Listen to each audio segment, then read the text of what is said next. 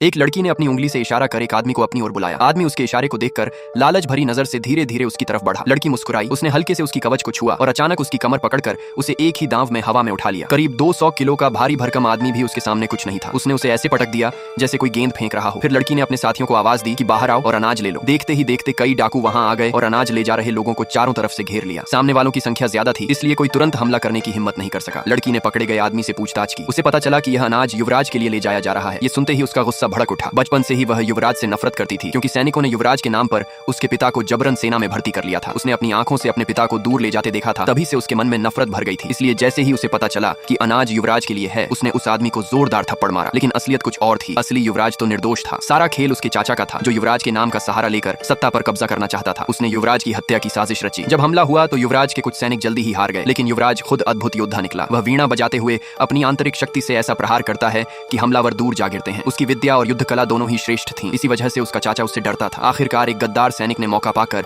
युवराज पर हमला कर दिया। घायल युवराज ने अपनी बची खुची ताकत से उस गद्दार को मार गिराया और फिर जान बचाकर वहां से निकल गया। उधर लड़की ने लूटा हुआ अनाज गांव वालों में बांट दिया। तभी एक बोरी उठाते समय एक सुंदर युवक दिखाई दिया। लड़की को लगा कि वह भी अनाज वालों का साथी है, इसलिए उसने उसे एक मुक्का मारकर बेहोश कर दिया। हालांकि वे लोग जान लेने वाले डाकू नहीं थे, इसलिए उसे अपने साथ पहाड़ी अड्डे पर ले आए। लड़की असाधारण ताकत वाली थी। वह नंगे हाथों अंडा तोड़ सकती थी और एक ही वार में मेज चकनाचूर कर देती थी। वह उस युवक से शादी करना चाहती थी, क्योंकि पास के दूसरे गिरोह का एक मोटा ताजा डाकू, जिसे सब भालू कहते थे, उससे शादी करने की जिद करता रहता था। वह कई बार रिश्ता लेकर आ चुका था, लेकिन लड़की हर बार उसे डांट कर भगा देती थी। अजीब बात यह थी कि जितना वह उसे ठुकराती, वह उतना ही ज्यादा दीवाना हो जाता। एक दिन लड़की ने देखा कि वह युवक भागने की कोशिश कर रहा है, क्योंकि वह किसी डाकू लड़की से शादी नहीं करना चाहता था। लेकिन लड़की ने उसे पकड़कर सबके सामने अपना पति कहकर पुकारना शुरू कर दिया। युवक डर के मारे कुछ कह नहीं पाया। भालू को यकीन नहीं हुआ, तो लड़की ने सबके सामने